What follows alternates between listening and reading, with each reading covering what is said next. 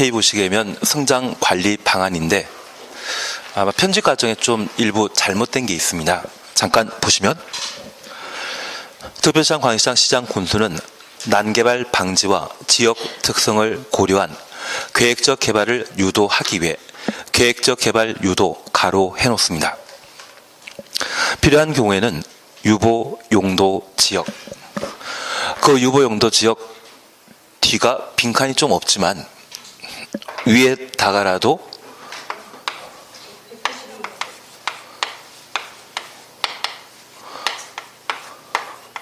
보전 용도 지역이란 말을 추가해 주셔야 됩니다. 그래서 유보 용도 지역 위에다가 보전 용도 지역을 추가해 놓습니다. 작년에 개정되었는데 개정되기 전에는 성장관리 방안 수립 대상 지역 전체 20% 이하 범위에서 보전 용도 지역을 일부 포함할 수 있다. 이게 작년 개정 전의 표현이고 작년에 개정되면서 이 성장관리 방안은 유보 용도 지역과 보전 용도 지역에 성장관리 방안을 수립할 수 있도록 개정했었습니다. 작년 개정 사항이기 때문에 29회 때 작년에 바로 시험에 출제되었는데 그때 다들 생각하는 거는 유보 용도와 보전 용도는 열심히 외웠지만 그 유보 용도가 자개생이라는 것과 보전 용도가 그 나머지 용도 지역인 것을 구분 못 하셔가지고 좀 틀린 분도 몇 분 계십니다. 그래서 성장관리 방안 수립 대상 지역은 어디다? 유보 용도와 보전 용도라는 것 확인해 놓습니다. 그리고 세 줄 밑에 유보 용도 지역, 보전 용도 지역으로서 개발행위 발생 가능성이 높은 다음 하나에 해당되는 지역을 대상 지역으로 하여 기반설의 설치, 변경, 건축물 용도 등에 관한 관리 방안, 성장 관리 방안을 수립할 수 있다. 이렇게 되어 있습니다. 그러면 잠깐 이것 하나 봐놓습니다. 지금 우리는 개발행 허가 요건에 관한 사항으로 면적 요건에 관한 사항과 도시관리계획에 부합할 것, 그리고 세 번째 기환경에 부합해야 됩니다. 저 기환경만큼은 조건 붙일 수 있죠. 저 조건 부과받은 자가 민간인 경우는 이행보증금을 예치하게 할 수 있고 저 이행보증금에 대해서는 준공검사 후 반환하도록 되어 있습니다. 그리고 이런 기준을 일률적으로 정하는 것이 원칙인데 탄력적으로 정하는 경우가 있습니다. 특별히 주상공을 뭐란다? 시가화 용도라 하고 저 시가 용도의 경우는 개발행 허가 기준을 그대로 적용하게 됩니다. 반면에 유보 용도의 경우는 도시계획위원회 심의만 거친다면 완화하거나 강화할 수 있다는 것 기억하시고 보전 용도의 경우는 도시계획위원회 심의 거쳐 강화할 수 있다. 거기까지 잡아주시는 게 필요합니다. 그러면 개발행위 허가 요건과 관련되어 도시군 관리 계획에 부합할 것, 그리고 또 하나 있었습니다. 성장 관리 방안 기억나시죠?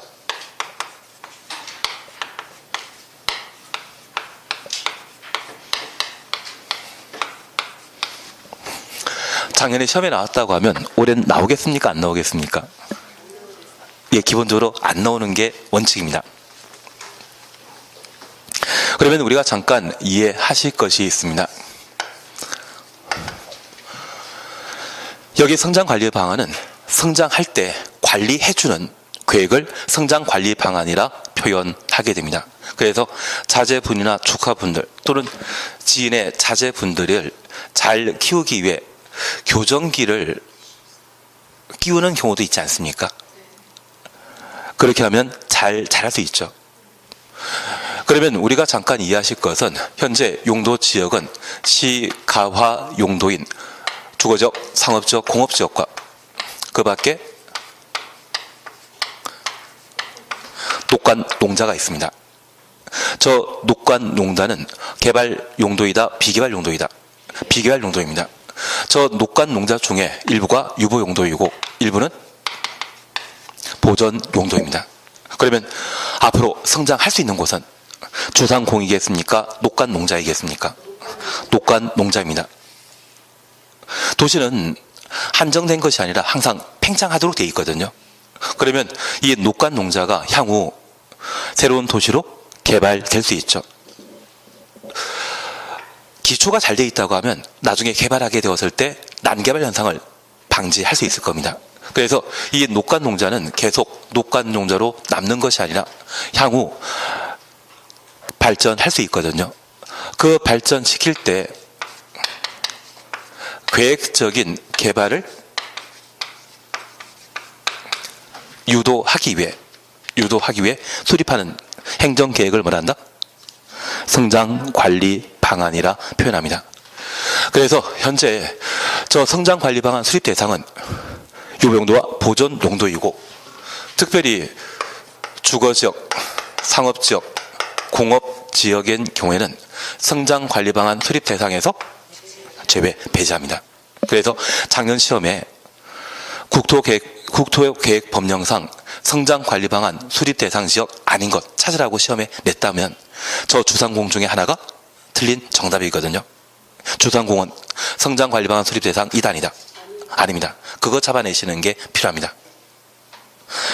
사실 작년까지 문제 풀 때 한번 하긴 했었는데 하고 나서 푼 기억이 없다고 해버리니까 저도 할 말이 없습니다. 괜한 이야기를 했나 봅니다. 그래서 성장관리 방안은 주상공은 성장관리 방안 수립 대상 지역 못 된다라는 것을 확인해 주셔야 됩니다. 그리고 두 번째 우리가 파악해 주실 것이 있습니다. 여기 성장관리 방안은 도시군 관리 계획과 관계된 내용입니까? 개발행 허가와 관계된 사항입니까? 개발행 허가와 관계된 사항입니다. 국토계획법은 크게 두 개입니다. 도시군 관리 계획에 따른 집행과 개발 행위 두 파트입니다. 도시군 관리 계획의 관할 관청은 입안권자와 결정권자이고, 입안권자는 딱 세 번입니다. 지형도면 작성하는 자, 단계별 집행계획 수립하는 자, 시행자. 그 세 가지만 입안권자이고 나머지는 결정권자입니다. 개발 행위와 관련된 관할 관청은 오직 누구만? 허가권자인 특광시군이 개발 행위와 관련된 관할 관청입니다. 그래서 저 성장관리 방안을 수립하는 자는 누구이다? 특광시군, 허가권자라고 기억해 주셔야 됩니다. 저 허가권자는 저 성장관리 방안을 수립하여야 하겠습니까? 수립할 수 있겠습니까? 지금은 할 수 있다로 돼 있지만 정확하게는 수립하여야 한다입니다. 그래서 각종 행정계획의 수립은 임의사항이다, 강행규정이다. 강행규정으로 이해해 주시고, 지금 지문은 대통령령과 법률이 함께 구성되다 보니 끝에 할 수 있다란 말로 끝나지만 명확하게는 성장관리 방안도 하나의 행정계획에 해당되기 때문에 수립하여야 한다입니다.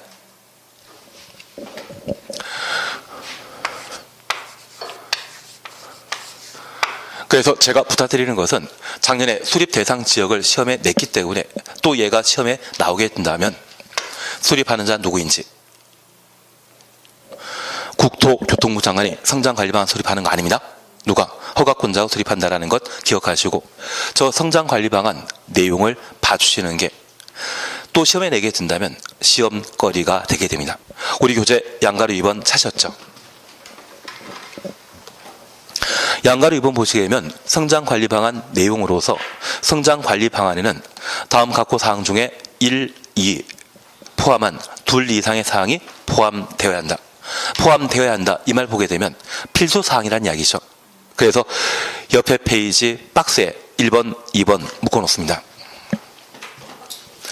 도로 등의 기반설의 배치 규모에 관한 사항, 기반설부터 규모까지 가로 해 놓습니다.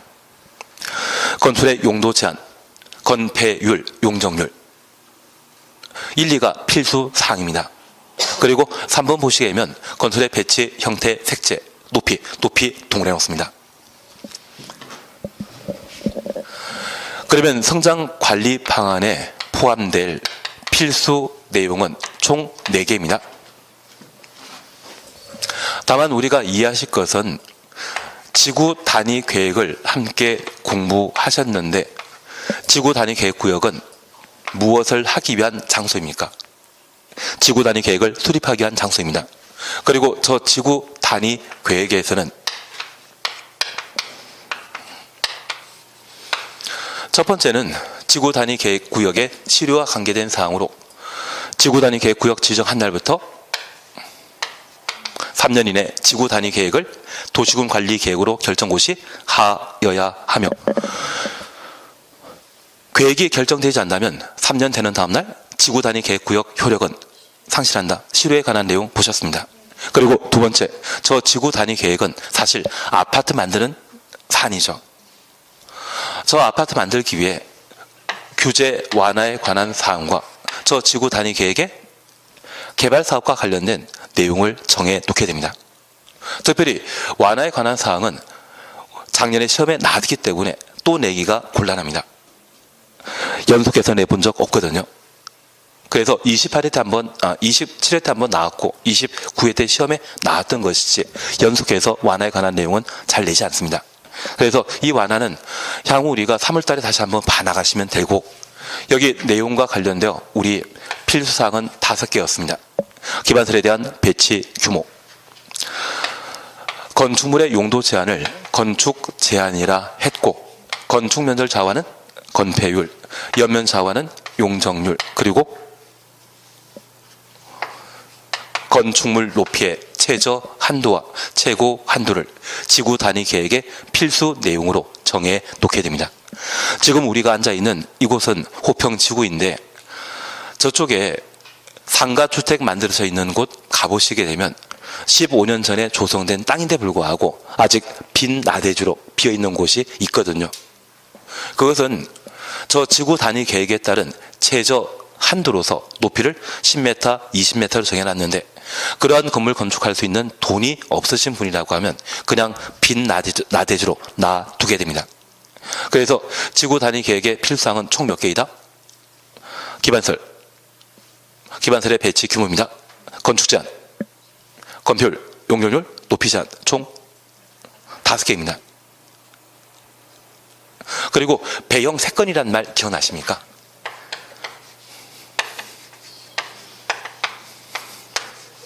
배치, 형태, 색재, 건축선. 앞으로 10번 이상 더 하시기 때문에 걱정하지 마십시오. 대신 이 배형 3건은 임의사항이라는 것만 파악해 놓습니다. 그런데 이 지구 단위 계획 내용과 성장 관리 방안 내용이 유사합니다. 지구 단위 계획에서는 필수사항이 5개였지만 여기에 성장 관리 방안에 있어서는 기반설에 대한 배치, 규모에 관한 사항과 건축물의 용도 제한이 건축 제한과 같은 말입니다. 그리고 건폐율, 용적률. 우리 건축 제한과 건폐율, 용적률을 뭐란다? 행위 제한이라 하지 않았습니까? 행위 제한이란 말 함께 하셨습니다. 그래서 유보 용도와 보전 용도, 녹관 농자의 성장 관리 방안을 수립하게 되면 그 성장 관리 방안에 따라 그곳에 어떤 기반설을 설치할 것인지, 어떤 건물을 건축할 것인지, 그 건물의 크기는 어떻게 할 것인지, 이러한 내용을 성장 관리 방안의 주요 내용으로 담게 됩니다. 다만 높이는 필수사항이다, 임의사항이다? 임의사항입니다. 지구 단위 계획에서는 높이가 필수사항이었지만 성장 관리 방안에서는 임의적 내용에 해당된다라는 것을 확인해 주시는 게, 얘가 작년에 이어 다시 시험에 나오게 되면 시험에 나올 수 있는 문제입니다. 그래서 높이의 최고 한도와 최저 한도, 지구 단위 계획에서는 필수 내용이었지만 성장 관리 방안에는 임의적 내용에 해당하게 됩니다. 그냥 우리 복습하는 차원에서 지구 단위 계획 보는 게 나을 것 같습니다. 다 제가 잘못했습니다. 137페이지 봐주십시오.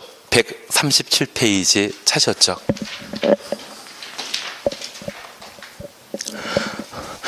(137페이지) 보시게 되면 이번 지구 단위 계획 내용 찾았습니까? 그리고 단서 보시면 다만 두 번째 보시게 되면 두 번째 보시게 되면 이와 사회 사항을 포함한 둘 이상의 내용이 포함되어야 한다.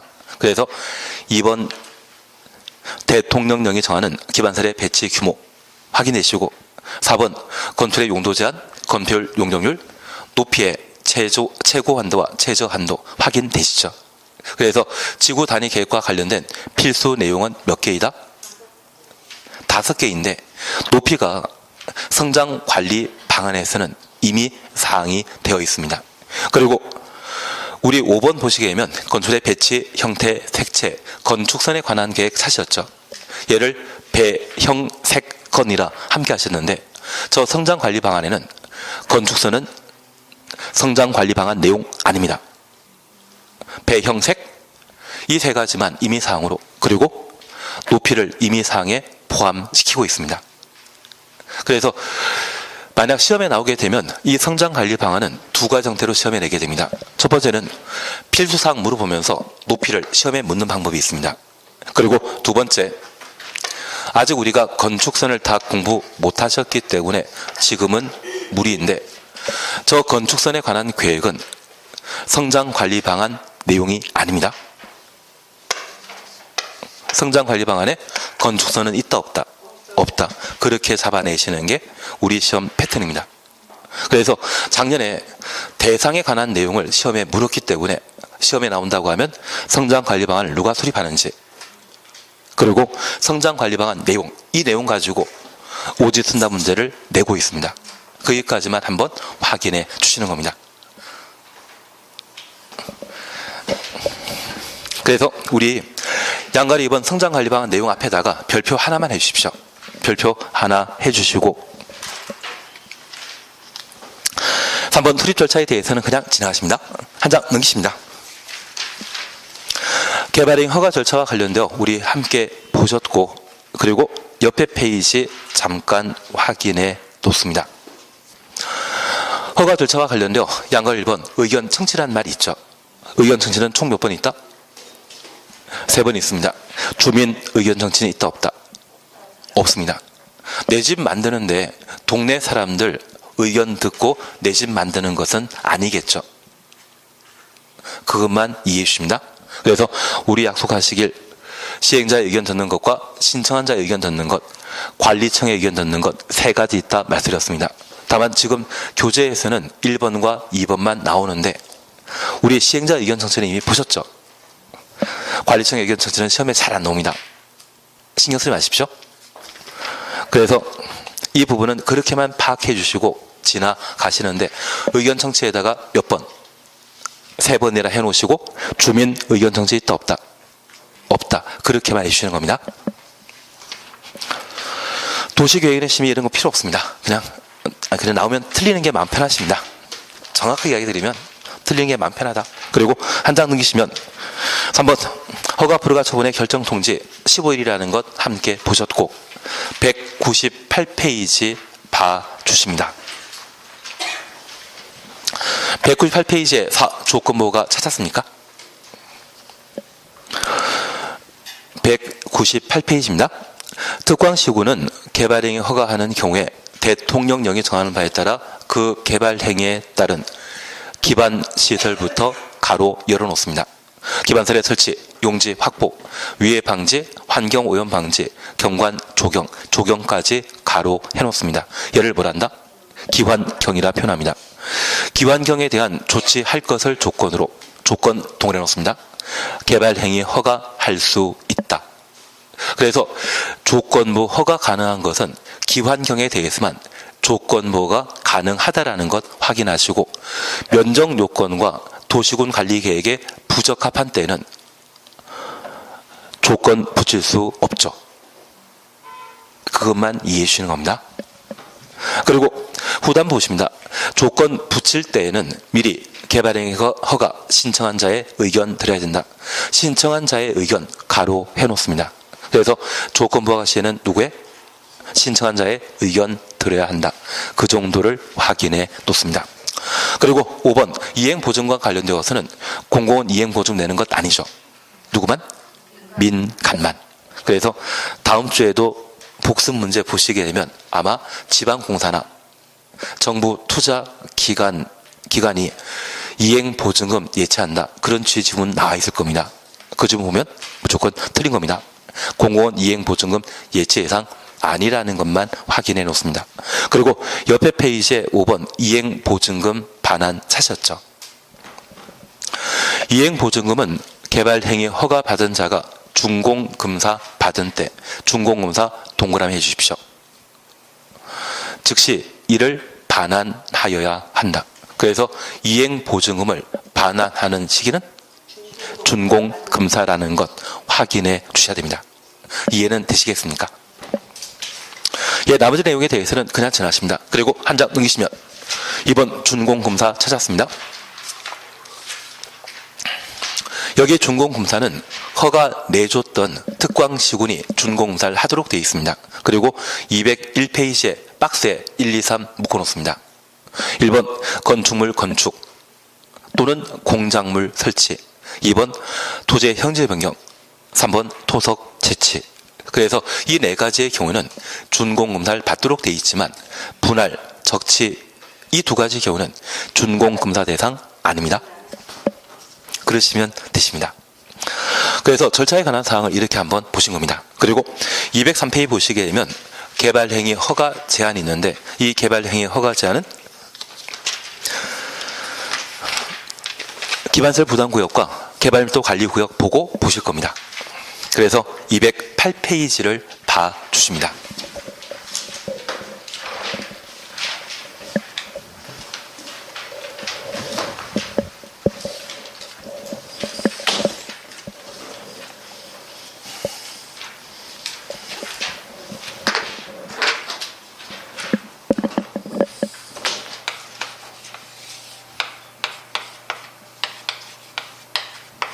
첫 번째 개발행위와 관련되어서는 우리가 도시군 계획사업에 저촉될 수 있는 일을 모두 개발행위라 했습니다. 도시군 계획사업에 부합하는 것이다, 저촉되는 것이다. 저촉되는 겁니다. 그걸 개발행위를 한다. 그리고 두 번째 함께 보시면서 여기 개발행위 허가 대상과 관련되어 그 범위에 관한 사항을 함께 보신 바 있습니다. 제가 부탁드릴 게 있다면 우리 분할과 관련되어 면적 나오면 미만 분할할 때 허가 대상이고 너비 나오면 이하입니다. 그리고 물건 쌓아놓는 것과 관련되어서는 녹관자에 농림적 포함되는 거 아닙니다. 녹관자에 울타리 밖에 1개월 이상 물건 쌓아놓고자 한다면 허가 대상이라는 것 확인해 놓습니다. 그리고 두 번째 우리 보실 것은 저 허가 범위에서 제외되는 경미한 사항으로 네 가지를 봤습니다. 어차피 시험에 내게 되면 그 네 가지 가지고 시험 문제를 자주 출제하고 있습니다. 얘는 열심히 하실 거죠. 그냥 도시군계획사업과 그리고 경작 위한 토지의 형질 변경, 그리고 세 번째 우리 보셨던 게 재수를 위한 응급조치라는 말 기억하시고 녹관농해 농림업용 비닐하우스, 육상, 어류, 양식장은 제외한다. 그 네 가지에 대해서는 워낙 자주 시험에 출제되기 때문에 그것만이라도 알고 가셔야 됩니다.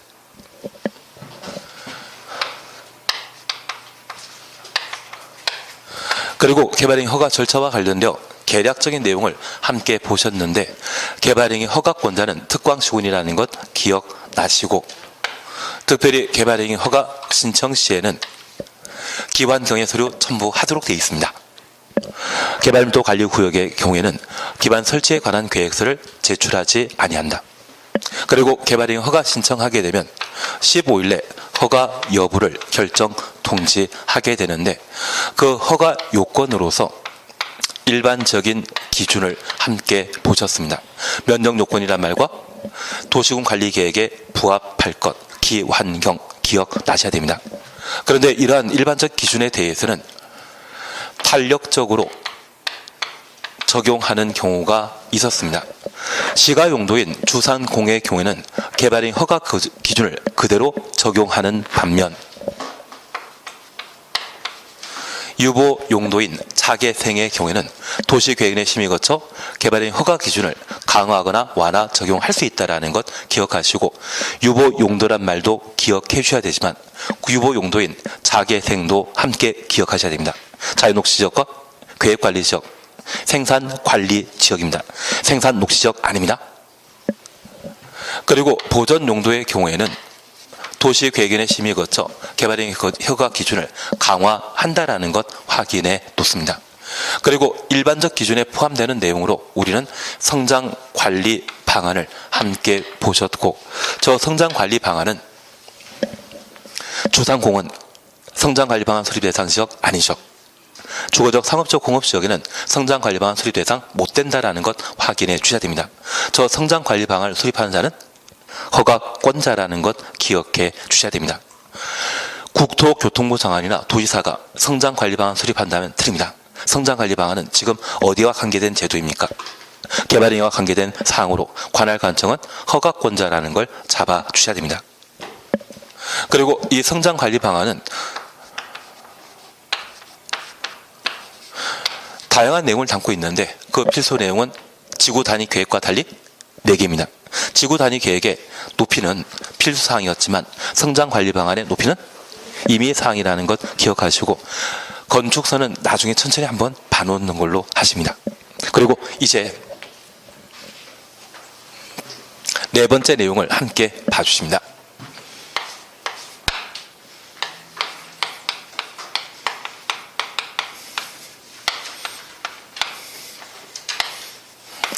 기반설 연동제를 함께 봐주셔야 됩니다. 208페이지 찾으셨죠? 우리가 잠깐 이해하실 것은 개발 행위가 이루어지게 되면 인구가 늘어나면 기반설의 수요도 함께 늘어나게 됩니다. 새로운 기반설의 설치가 곤란한 지역이 있다면 개발 밀도 관리 구역, 새로운 기반설의 설치가 가능한 곳이 있다면 기반설 부담 구역이 되게 됩니다. 그래서 208페이지에 제2절 개발 밀도 관리 구역 찾으셨죠? 그리고 2번 지정 찾았습니다. 양갈 1번입니다. 특별시장, 관시장, 시장 분수는 주거적, 상업적, 공업적, 주상공 가로 해놓습니다. 개발 행위로 기반설의 처리, 공급, 수용 능력이 부족할 것으로 예상되는 지역 중에 기반설의 설치가 곤란한 지역, 기반설 설치가 곤란한 지역 가로 해놓습니다. 개발밀도 관리구역으로 지정할 수 있다. 그러면 첫 번째 우리 이해하실 것이 있습니다. 근데 기반설 연동제란 말은 이해되시겠습니까? 개발 행위의 가장 대표적인 것은 무엇입니까? 건축물 건축이거든요. 저 건축물 건축이 늘어나게 되면 사람 수는 함께 증가하지 않겠습니까? 그러면 기반설의 수요는 함께 늘어나게 되는데, 저 개발 행위에 따라 저 기반설의 수요가 늘어나는데 불구하고 새로운 기반설의 설치가 가능한 곳과 설치가 안 되는 곳이 있을 겁니다. 그러면 기반설 설치가 가능한 곳은 기반설 부담 구역이라 하고, 기반설의 설치가 곤란한 곳이 있다면 그때는 개발밀도 관리 구역이라 하는데, 이러한 것들은 개발 행위와 관련된 기반설 설치 여부에 따라 장소를 구분하게 되거든요. 그러한 구분을 기반시설 연동제란 말로 달리 표현하게 됩니다. 취지는 이해되시겠습니까? 그러면 첫 번째 우리 봐주실 것은 개발밀도 관리 구역이 되게 됩니다.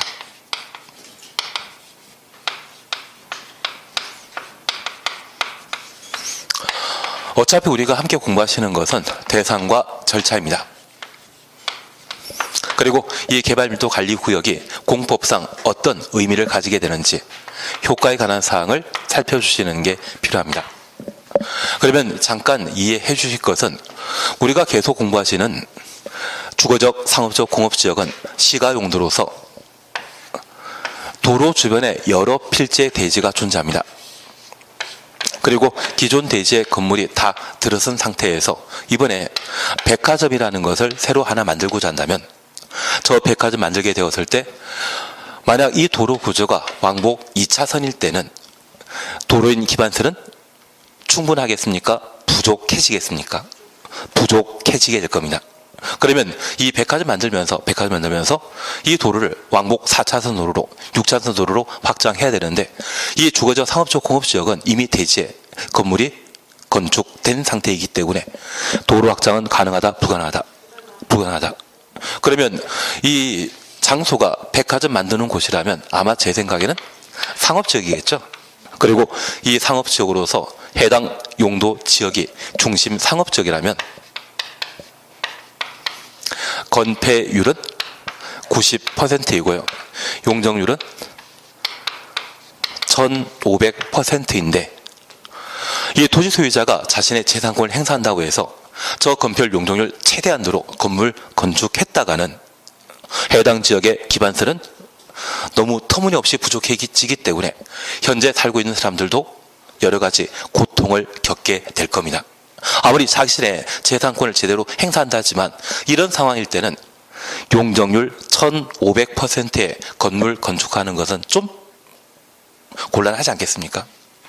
이런 건축 행위를 규제할 목적으로 지정하는 것이 개발 밀도 관리 구역입니다. 그래서 우리가 잠깐 다시 이해하실 것이 있습니다. 개발 행위와 관련된 밀도를 관리하는 장소가 개발 밀도 관리 구역인데, 만약 5층짜리 아파트가 있고 25층짜리 아파트가 각각 존재하는데 주택단지의 면적 같습니다. 둘 다 30층짜리로 재건축한다고 합니다. 나는 저밀도 아파트에 투자한다, 고밀도 아파트에 투자한다. 저밀도 아파트에 투자합니다. 25개 층을 더 만들게 되면 이를 분양해서 조합원에게 좀 더 이익이 될 수 있거든요. 그러면 동일한 대지 면적에 5층짜리일 때는 한 10명 이용하고 25층 건물이라고 하면 50명이 이용하게 된다고 하면 같은 면적일 때 좀 더 많은 사람들이 이용하는 곳이 25층이죠. 그것은 층수가 높기 때문에 가능할 것입니다. 그 층수와 관계되어 있는 것은 바로 건폐율입니까? 용적률입니까? 용적률이 될 겁니다. 그래서 저 개발 행위와 관련된 밀도, 용적률을 관리하기 위한 장소를 개발 밀도 관리 구역이라 표현하게 됩니다. 저 개발 밀도 관리 구역이 지정되게 되면 건폐율을 제한하겠습니까? 용적률을 제한하겠습니까? 용적률을. 그럼 다 끝나셨습니다. 첫 번째 우리가 기억하실 것은 여기 개발 밀도 관리 구역으로 지정할 수 있는 대상 지역은 주거지역, 상업지역, 공업지역만 개발 밀도 관리 구역으로 지정할 수 있습니다. 그리고 이 주상공에 새로운 기반설의 설치가 곤란한 지역이라고 하면 개발 밀도 관리 구역으로 지정할 수 있습니다. 우리가 주의해 주실 것이 있습니다. 만약 시험에 특광시구는 주상공으로서 기반설의 수요가 기반설이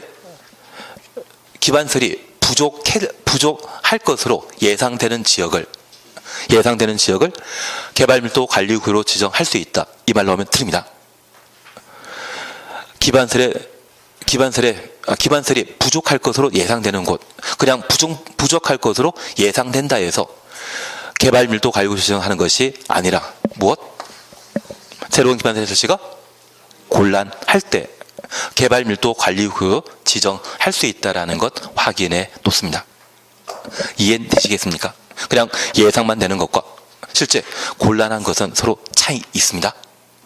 그래서 저 두 가지 요건을 갖췄을 때 개발 밀도 관리 구역으로 지정할 수 있다라는 것 확인하시고, 저 개발 밀도 관리 구역은 개발 행위와 관계된 사항으로 누가 지정할 수 있습니까? 허가권자, 특광시군이 개발 밀도 관리 구역 지정할 수 있습니다. 우리가 도시군 관리 계획으로 결정할 수 있는 내용들 중에 2번이 용도 구역이었습니다. 그 용도 구역과 관련되어서는 개시 수도란 말로 함께 공부하셨는데, 저 개시 수도에는 개발 밀도 관리 구역이나 기반설 부담 구역은 없지 않습니까? 그래서 도시군 관리 계획으로 개발 밀도 관리 구역 지정 변경할 수 있다. 이 말 나오면 틀린 겁니다. 저건 누가 지정할 수 있다? 개발 행위와 관계된 파트이기 때문에 누가? 허가권자가 지정할 수 있다. 그렇게 봐줘야 됩니다. 허가권자는 특광시군이지 않습니까? 그래서 개발 밀도 관리 구역을 개시 수도에 해당되는 용도 구역에 포함시키시면 안 됩니다. 개발 밀도 관리 구역은 개발 행위와 관계된 사항이라는 것을 이해해 주셔야 됩니다. 그래서 우리 지정권자와 지정 대상 보셨고 이번 지정 기준에 대해서는 지키십니다. 그리고 지정 절차와 관련되어서는 제가 5월 달에 설명드리게 될 겁니다. 한 장 넘기십니다.